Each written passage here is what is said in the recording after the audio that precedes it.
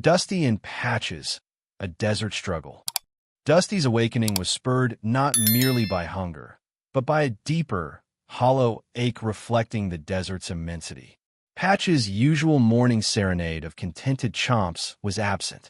Her eyes flew open, searching. The meager food sack, so carefully measured, vanished. Not simply empty, stolen. A frigid spike of fear pierced her exhaustion. "Patches," she rasped, pushing herself upright. The horse stood nearby, head drooping, ribs starker than she recalled. At her call, he raised his head, his brown gaze mirroring her own rising dread. He, too, had been deprived. Someone had robbed them of sustenance.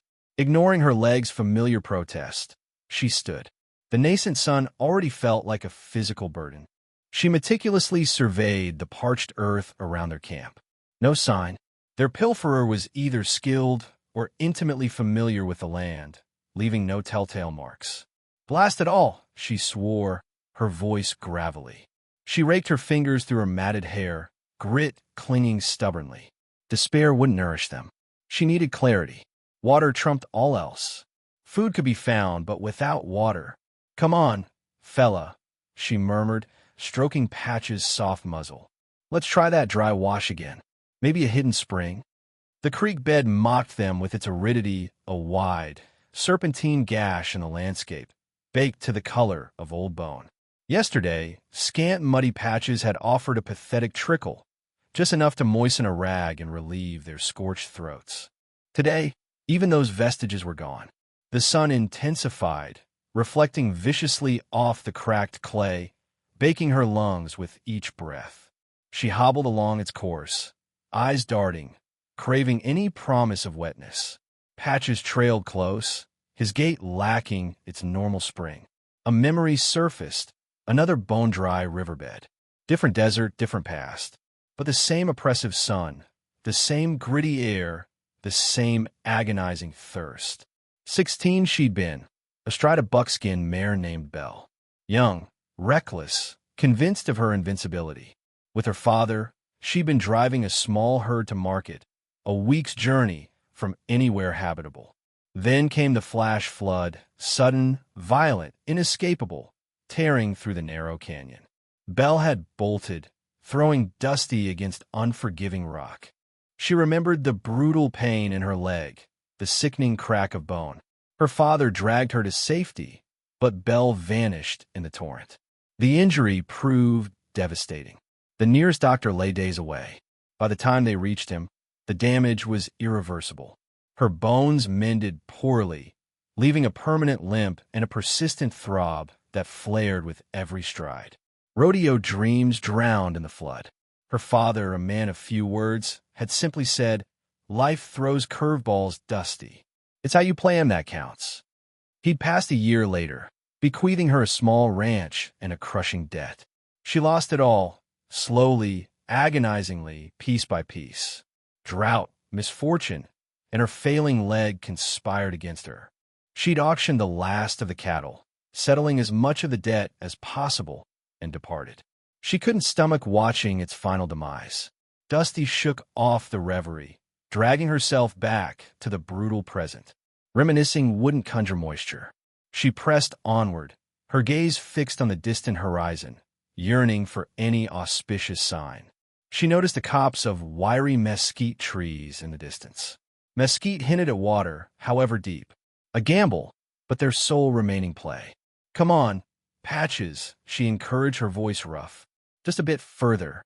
They reached the trees, their branches offering scant respite from the sun's fury. Dusty dismounted, her limbs quivering with fatigue. She stroked the knotted trunk of the largest mesquite, seeking any hint of condensation. Nothing. She dropped to her knees, digging at the tree's base, hoping for even the slightest dampness. The ground was rock-hard, unyielding. Despair descended, heavy and smothering. She leaned against the trunk, shutting her eyes, Belle's panicked eyes replaying in her memory. She couldn't let Patches down. He trusted her. Abruptly, a faint drone broke the silence. Her eyes snapped open, a spark of hope igniting. Bees. Bees suggested flowers, and flowers implied water. She tracked the sound, pushing through the mesquite's entangled branches. The drone grew more insistent. Then she saw it, a tiny cluster of desert wildflowers, defiantly blooming amidst the desolation. Swarming around them, a host of bees. Dusty scrambled towards the blossoms, ignoring the pain lancing through her leg. Reaching out, she gingerly plucked a bloom. Squeezing the petals, a solitary droplet of moisture appeared, meager but tangible. Methodically, she gathered the dew from the flowers, a painstaking drop-by-drop process using a scrap of tattered cloth. After hours of labor, she accumulated a few precious ounces, enough to dampen Patch's muzzle and moisten her own parched lips. Not enough to slake their thirst, but enough to endure. For the moment, as the sun commenced its descent, painting the sky in fiery hues, Dusty realized they couldn't remain. The fragile wildflower patch wouldn't sustain them. They needed a dependable water source, and quickly. She studied Patches, his gaze heavy with weariness. He nudged her hand, a silent plea. "I know, boy," she whispered, stroking his nose. "I know. We'll find something. We always do." But as she scanned the immense, unforgiving desert, she couldn't dismiss the chilling sense that their time was running short. The rodeo's promise. The defiant splashes of wildflowers against the ashen landscape promised more than just the illusion of water. They whispered of life's tenacious grip, even here. But their own meager supply was dwindling. Patches nudged her arm, a low, comforting rumble vibrating through her, yet the shared burden of their predicament pressed down on her. A plan, a real escape, was paramount. Dusty's gaze swept the horizon until a glint of white caught her eye. Probably just desert trash, but any deviation warranted a look. She shortened Patch's lead and trudged forward. The trash sharpened into the skeletal remains of a shack. Its roof collapsed, the walls mere sieves against the wind. It looked abandoned for an age.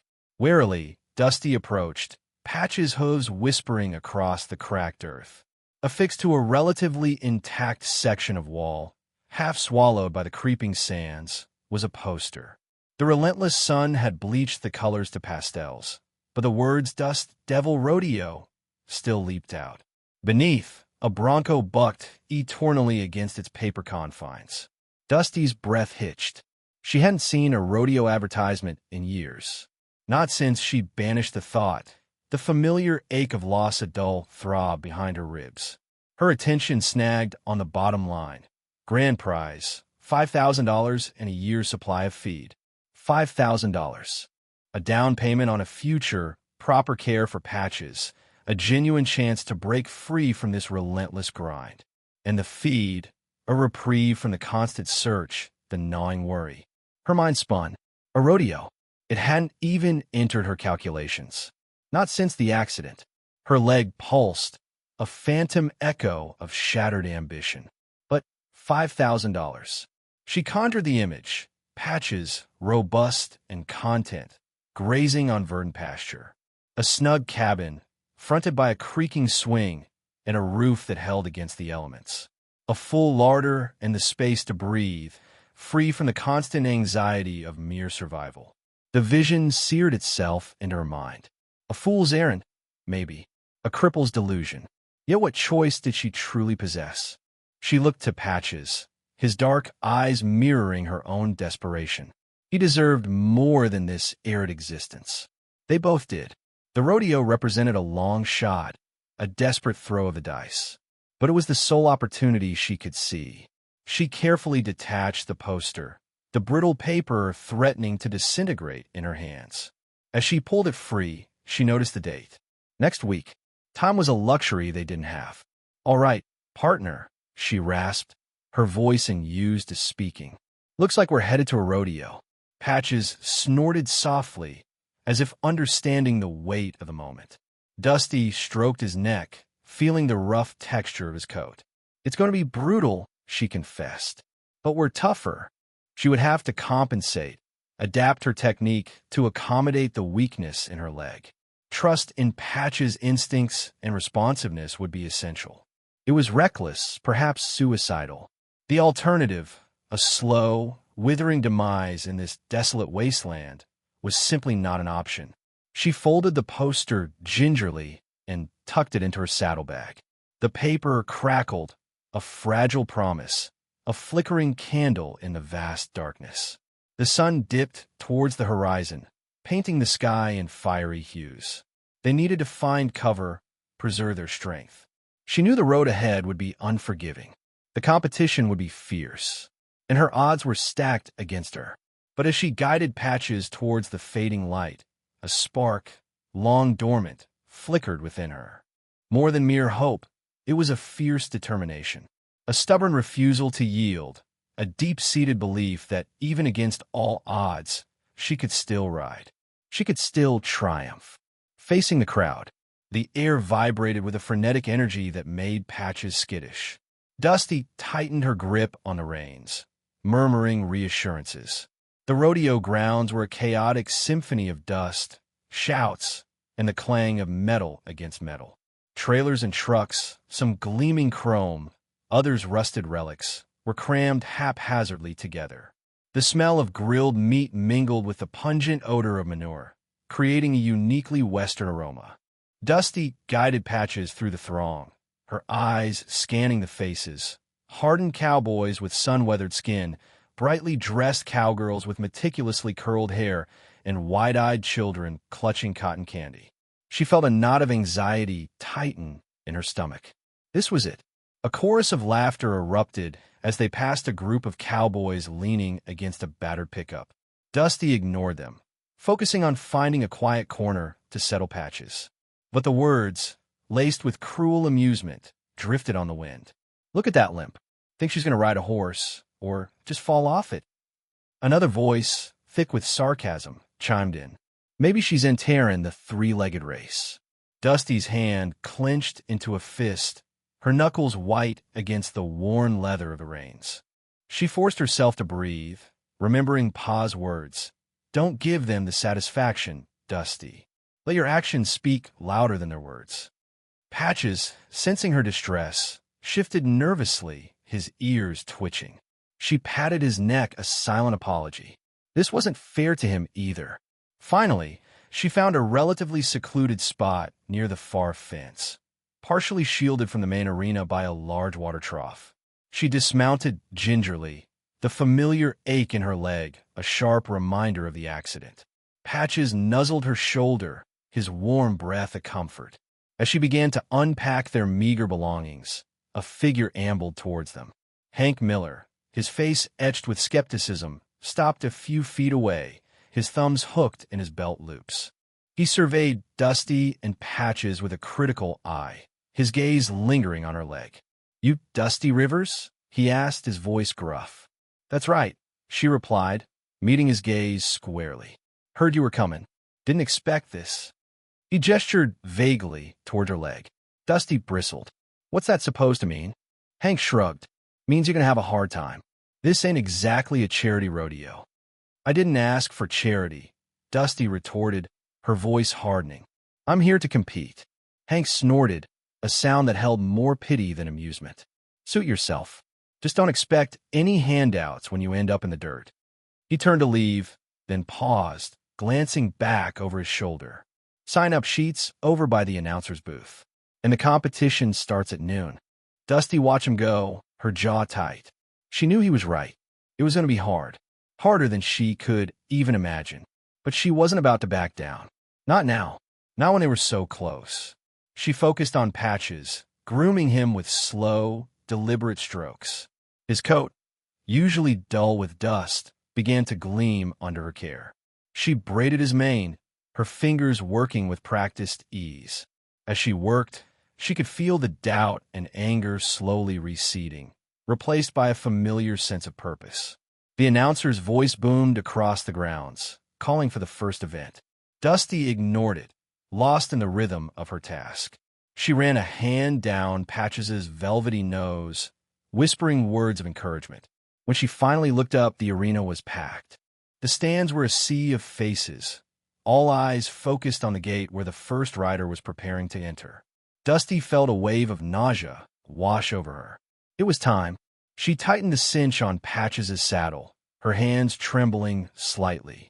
She swung into the saddle, the familiar weight a comfort.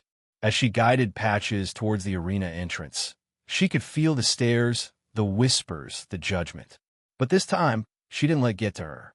She straightened her back, lifted her chin, and focused on the gate, on the arena, on the ride. She was Dusty Rivers, and she was here to win. A cowboy's observation.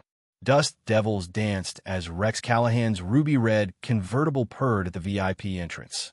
He unfolded his long frame, the crunch of hand-stitched leather boots on the lot's surface echoing in the air. A practiced flick adjusted the brim of his Stetson, shielding eyes well acquainted with roaring applause and camera glare. He flipped the keys to a starstruck kid. Treat her right.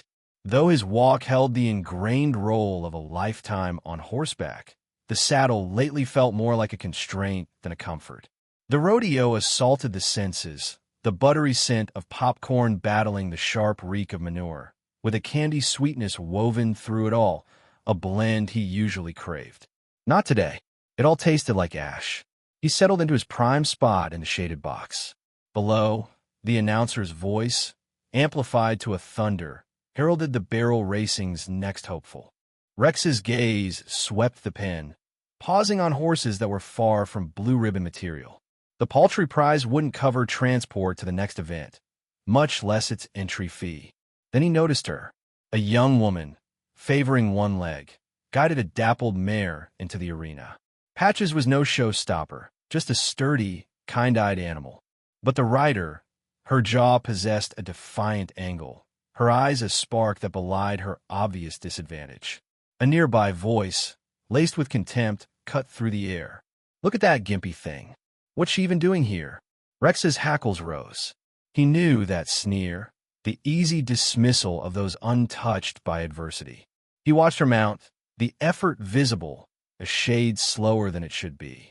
The starting buzzer blared. She spurred Patches onward, and the mare surged with surprising spirit.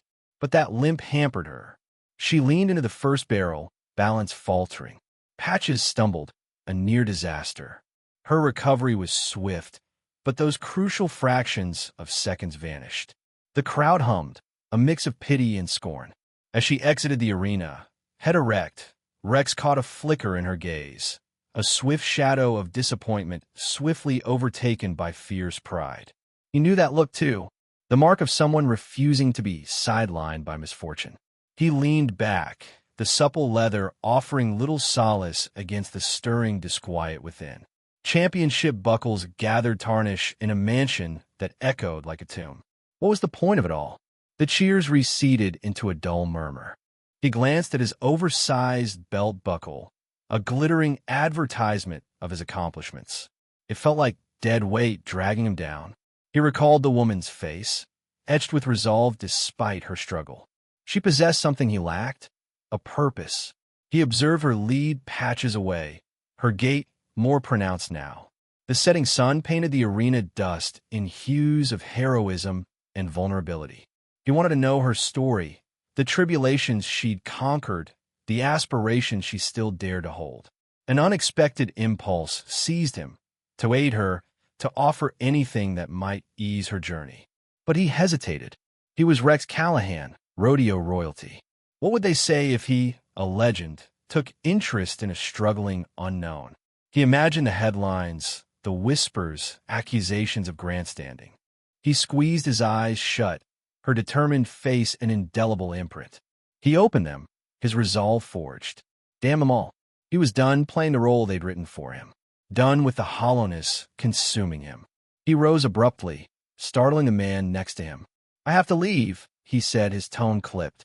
But the bull riding is about to start, the man protested, gesturing towards the Brahma awaiting its moment. Rex dismissed him with a wave. Something more crucial has arisen. He moved towards the exit, shedding the applause, the lights, and the gilded confines of his own making. He had a cowgirl to find. The fall. The loudspeaker blared, crackling with static. Dusty Rivers riding Patches. A familiar tremor of power surged beneath her as Dusty gripped the mare's sides. Butterflies, sharp and insistent, danced in her belly, a cocktail of thrill and stark terror. She locked her gaze on the first barrel, picturing the perfect arc, the fluid motion, the release. This competition was more than just a purse. It was about silencing the doubters, those who judge her by her scars, and proving something to herself. She urged Patches into a jog, then a lope, a dull throb already blossoming in her left leg. Ignore it, she willed, a familiar mantra after years of pushing through agony. Patches felt good, keen, her ears perked. The gates sprung wide. Dusty gave the signal, a subtle shift, a gentle pressure. They launched, a whirlwind of grit and resolve. Wind stung Dusty's cheeks, carrying the earthy tang of hay and horseflesh. The crowd's roar receded to a dull thrum as her focus laser-locked on the approaching barrel. Everything clicked. Patches ate up the ground, her gait strong and sure. Dusty tightened her hold, piloting the mare towards the marker, the thud of hooves a steady drumbeat against the earth. Then disaster. A sickening jolt, a violent stumble. Patches's left foreleg snagged, a treacherous stone masked by the dust. The mare grunted, her rhythm broken. The flawless curve Dusty had envisioned shattered into fragments. Abruptly, she was airborne. The saddle horn caught her ribs, expelling the air from her lungs. Then, the unforgiving ground rushed to greet her. The impact stole her breath and ignited a supernova behind her eyes. A white-hot lance of pain stabbed through her left leg, the old injury flaring with fresh intensity. She sprawled there, tasting dirt and the bitter tang of failure. The distant roar of the crowd seemed muffled, unreal. The sky spun above her, a nauseating kaleidoscope of azure. Patches, dear heart, stood nearby, head bowed, breath coming in ragged gasps. She nudged Dusty's shoulder with her soft muzzle, a silent apology. "Easy, girl," Dusty rasped, her voice a mere thread. A wave of sickness threatened to overwhelm her. She tried to rise, but a jolt of pure agony shot up her leg, slamming her back down. Tears welled, a toxic mix of agony and frustration. A voice, sharp and urgent, cut through the fog in her head. Boots crunched close. "Give her room," someone barked. A medic, his face creased with worry, knelt beside her, his touch careful as he assessed the damage. "Left leg," Dusty choked, her voice tight. I think it's bad." The medic's grim expression confirmed her unspoken fears. "Don't move. We need to immobilize that." The rodeo clowns gently guided Patches away, their faces etched with concern. The announcer, his voice now laced with somber tones, echoed across the arena. "Looks like Dusty Rivers has had a spill, folks. Let's hear it for her as she gets some help." A scattering of applause trickled through the stands, thin and hollow. Dusty squeezed her eyes shut, battling another wave of nausea. Her hopes of victory, of proving her worth, lay pulverized in the dirt. She was a washout, a broken-down rider with a shattered leg and a broken spirit. All the endless hours of practice, the countless sacrifices, the unwavering hope, all gone to dust. The medics carefully transferred her to a stretcher. As they carried her towards the waiting ambulance, she saw Rex Callahan standing by the exit, his face unreadable in the twilight. He didn't approach, didn't offer a comforting word. He remained a solitary silhouette against the fiery sunset. Dusty averted her gaze, shame pricking her skin. She didn't need his sympathy. She needed nothing from anyone. She just wanted the earth to swallow her whole. The ambulance doors slammed, cutting her off. The siren shrieked, a desolate cry mirroring the ache in her heart. An unexpected offer. The bunkhouse air, thick with antiseptic and a sense of defeat, clung to Dusty. Her uninjured leg swung listlessly from the cot's edge as her half-finished packing sat nearby, a pathetic testament to dashed hopes crammed into battered luggage. Each throb in her leg was a bitter echo of her misjudgment.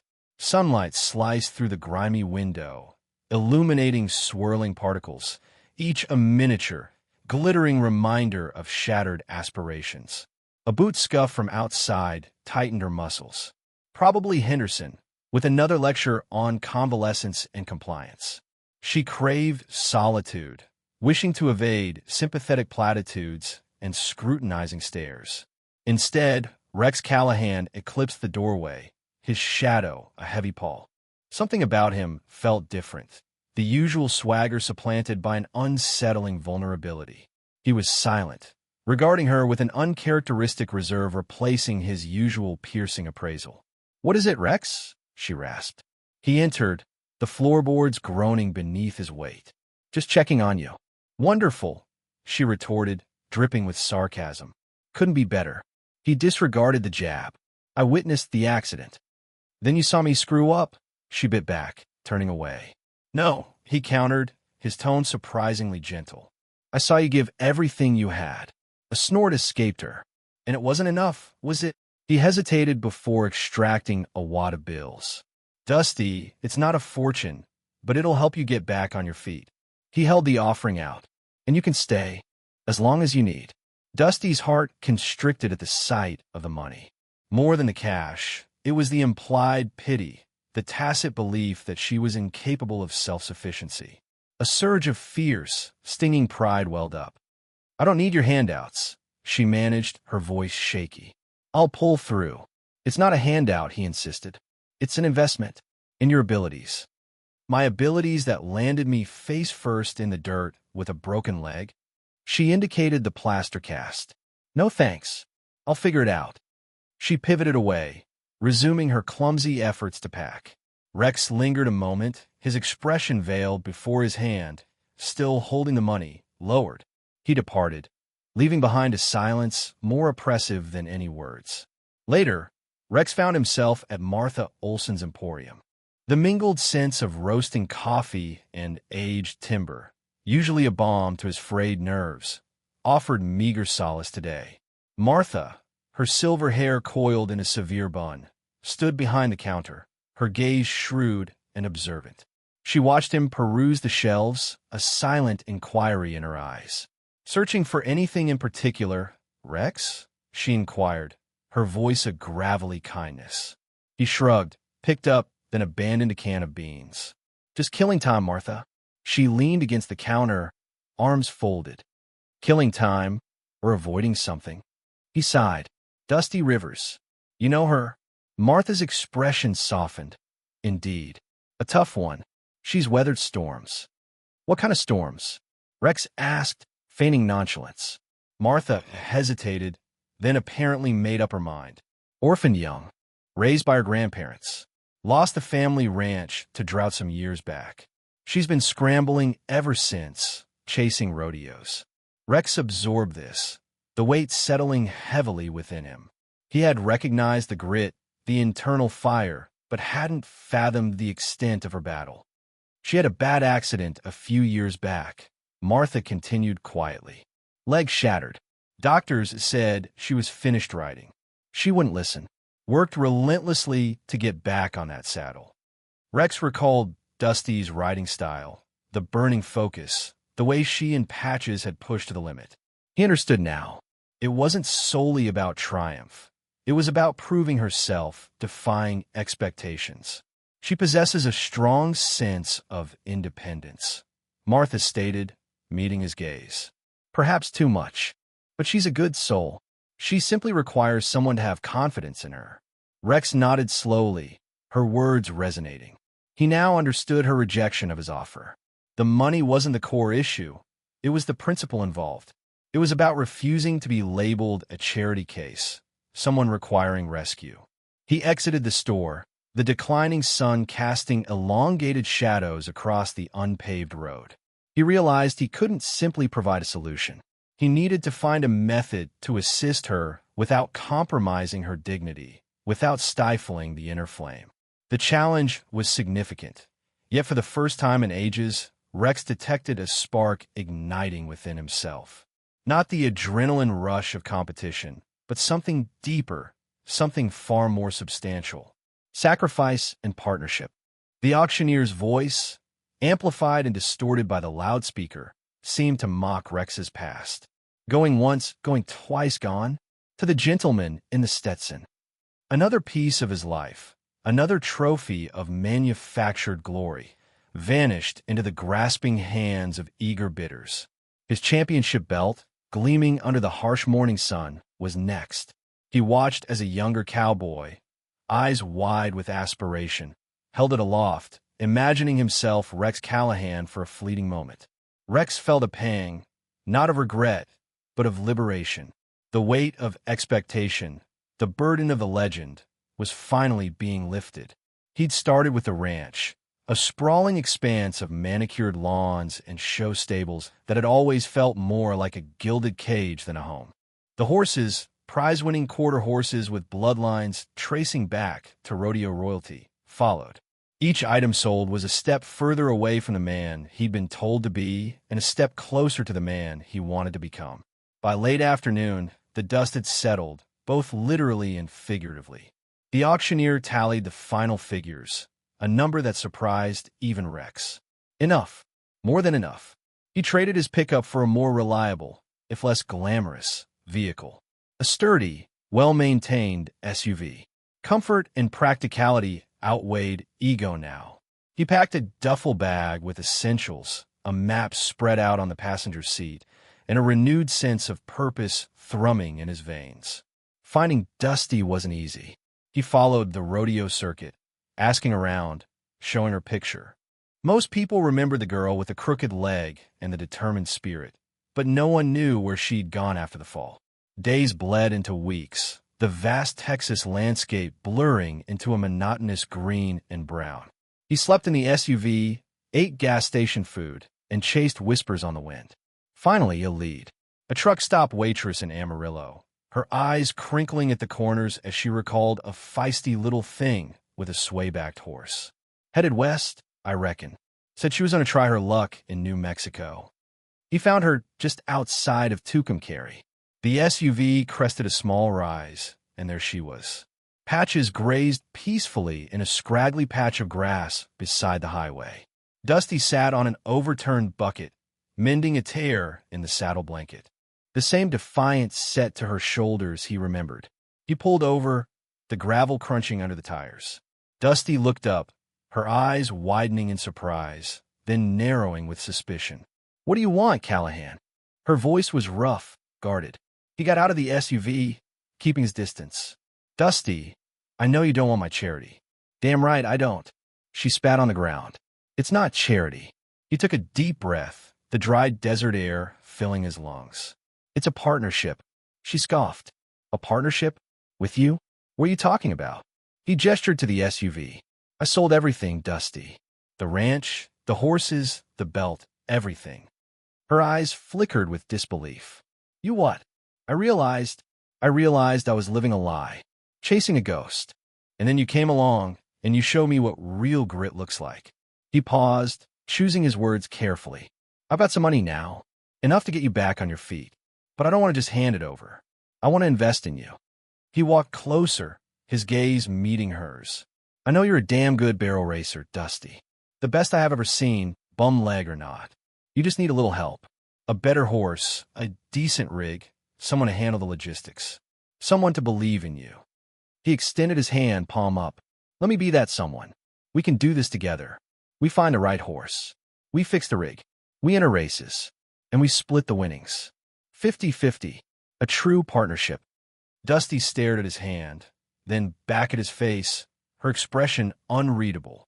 The silence stretched, thick and heavy, broken only by the distant hum of passing cars. Patches snorted softly, nuzzling her shoulder. Finally, she spoke, her voice barely a whisper. "What?" Rex looked at the setting sun, painting the New Mexico sky in hues of orange and purple. He thought of the trophies gathering dust, the hollow cheers of the crowd, the emptiness he'd carried for so long. "Because," he said, his voice firm and clear, "I believe in you, Dusty Rivers. And maybe, just maybe, I believe in myself again, too. Rebuilding together." The spread wasn't much to admire. 10 parched acres choked with brambles and scrappy weeds clinging to the unforgiving earth. A dilapidated barn slumped like a weary giant, its roof a constellation of holes. But beneath it slept a deep well, a source of promise confirmed by the surveyor Rex had engaged. For Dusty, that whisper of potential was enough. "Reckon we can coax something from it." Rex's voice, a gravelly murmur, barely disturbed the wind. He stood beside her, hands burrowed in his pockets, eyes scanning the bleak expanse. Gone was the Stetson, replaced by a sun-faded cap pulled low against the glare. The rodeo legend, Rex Callahan, had been dismantled piece by celebrated piece. Dusty glanced at the land, then at Rex. Doubt, a familiar trespasser, stirred within her. "I don't know, Rex. It's a daunting task." He turned, the faintest glimmer of a smile gracing his lips. "We have time, and each other. That's a richer start than most folks get." He reached out, his calloused hand enveloping hers. It was a pledge of solidarity, devoid of pity, and it sparked a warmth that outshone the harsh sun. The initial weeks unfolded as a grueling lesson in resilience. The tractor, a relic salvage from farm auction, coughed and choked more than it plowed. Rex, surprisingly handy despite his gilded past, dedicated himself to the recalcitrant engine, his brow furrowed in concentration, face daubed with grime. Dusty, meanwhile, waged war on the weeds with fierce determination, her prosthetic leg protesting with each sweep of the scythe. "This blasted thing's got a will of its own," she grumbled one afternoon, grappling with a particularly tenacious clump of thistle. Rex emerged from beneath the tractor's hood, swiping his hands on a rag. "Anything truly worthwhile usually does." He grinned, a fleeting echo of the old Rex, tempered by a new, genuine amusement, untainted by practiced charm. They toiled in companionable silence, punctuated only by the rasp of metal and the drone of insects. As the sun dipped toward the horizon, painting the sky in vibrant strokes of coral and violet, they finally resurrected the tractor. "Yes," Rex hooped, clapping Dusty on the shoulder. "Now we're in business." Clearing the land was an ordeal of sweat and strain. They hauled away debris, patched the barn's wounded roof, and slowly, arduously, began to reclaim the long-neglected fields. Rex attuned himself to Dusty's physical boundaries, offering a steadying presence on uneven ground, modifying chores to suit her capabilities. Dusty, in response, pushed past her perceived limits, driven by a deep-seated need to prove, not merely to Rex, but to herself, that she remained unbroken. One evening, after an especially punishing day, they settled onto the porch of the humble farmhouse, nursing lukewarm beers as fireflies winked in the gathering dusk. "You know," Dusty began, her voice hushed, "I never envisioned myself doing this. Farming. It's transformative." "Transformative good?" Rex inquired, tilting his head. She paused, considering. "Yeah, transformative good. It's authentic. Hard labor, but authentic. Not like chasing empty accolades and pretending everything's all right." Rex nodded, understanding etched into his face. He had pursued those accolades, inhabited that fabrication, and it had left him hollow. The garden sprang from Dusty's vision. She yearned to cultivate vegetables, herbs, something tangible to showcase their labors. They constructed raised beds from salvaged lumber, enriched them with fertile soil, and planted neat rows of tomatoes, peppers, and beans. Dusty nurtured the seedlings with a delicate touch. The chicken coop became Rex's endeavor. Having never constructed anything previously, he plunged into the task with unexpected zeal, devouring instruction manuals and hammering with determined precision. Dusty observed him, a gentle smile playing on her lips. He possessed a natural aptitude, despite his inexperience.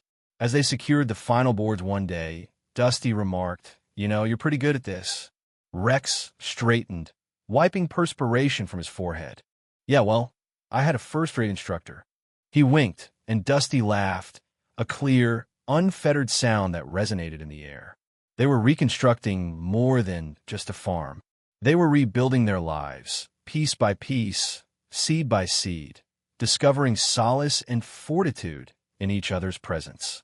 The terrain remained unforgiving, the work demanding, but with each shared endeavor, with each hurdle overcome, A glimmer of hope unfurled between them, fragile yet tenacious, like tender shoots piercing the sun-baked earth. A harvest of hope. The scent of drying hay and ripening tomatoes hung heavy in the late summer air. Dusty, perched on a stool mending a fence, watched Rex wrestle a particularly stubborn wheelbarrow filled with squash. The sun beat down, but a gentle breeze carried the promise of autumn. Their shared labor had transformed the neglected farm into a vibrant tapestry of greens and golds. Hank Miller, his face weathered and lined, pulled up in his Dusty pickup. Dusty stiffened, bracing herself. Hank had always been skeptical. He killed the engine and leaned out the window. "Heard you two were trying to make something of this old place." He gestured with a calloused hand.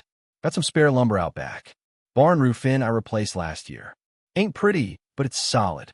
Figured you could use it more than me." Dusty exchanged a surprised glance with Rex. That's mighty generous of you, Hank," Rex said, wiping sweat from his brow. Hank shrugged. "Waste not, want not. Besides," he added, his gaze softening as it landed on Dusty, "Martha's been on my back about lending a hand." He spat a stream of tobacco juice into the dust. "Said you were a good kid before. Well, before." He trailed off, uncomfortable. "Lumber's yours if you want it." "We'll take it, Hank." "Thank you," Dusty said, a genuine smile gracing her lips. It wasn't just the lumber. It was the acknowledgement, the acceptance. The county fair buzzed with activity. Children shrieked with delight on the Ferris wheel, the air thick with the aroma of popcorn and cotton candy. Rex, looking strangely out of place in his faded jeans and work boots, navigated the crowds beside Dusty, who leaned on her custom-made walking stick. Their stall, a simple wooden table draped with a checkered cloth, displayed their modest harvest: plum tomatoes, vibrant peppers, and oversized zucchini. Dusty had arranged them artfully, creating a miniature landscape of colors and textures. "Think anyone will actually buy this stuff?" Rex asked, a hint of nervousness in his voice. He was used to arenas and bright lights, not humble vegetable displays. "Have a little faith," Dusty chided, adjusting a stray tomato. "These ain't your average supermarket tomatoes. These are grown with love and a whole lot of sweat." The first few hours were slow. People strolled by, glancing at their produce with polite disinterest. Hank stopped by, nodded curtly, and bought a pound of tomatoes. Martha Olson followed soon after, her eyes twinkling with warmth.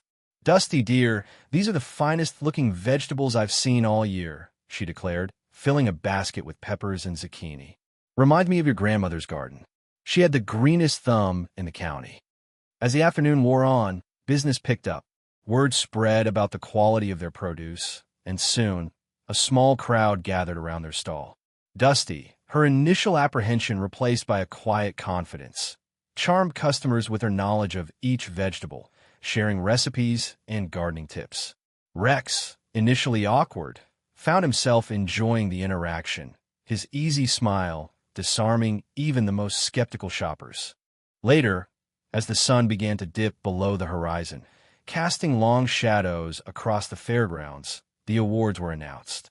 Dusty and Rex stood near the stage, not expecting much. They'd entered mostly as a lark, a way to gauge how far they'd come. And the third-place prize for Best Mixed Vegetables goes to Dusty Rivers and Rex Callahan. A ripple of applause spread through the crowd. Dusty and Rex exchanged surprised glances. They hadn't won a fortune, just a small ribbon and a gift certificate to the local feed store, but the feeling was exhilarating. It was a validation of their hard work, a symbol of their belonging. As they packed up their remaining produce, the Ferris wheel illuminated the night sky, painting streaks of light across the darkening canvas.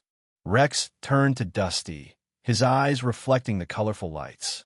"Not quite the same as winning a championship buckle, is it?" he said, a playful grin on his face. Dusty leaned against him, feeling a warmth spread through her that had nothing to do with the summer sun. "No," she said softly, "it's better." Back at the farmhouse, they sat on the porch swing, the silence punctuated by the chirping of crickets. The ribbon lay on the porch swing beside them. "Remember when we first got here?" Dusty said, gazing out at the fields bathed in moonlight. This place was a mess.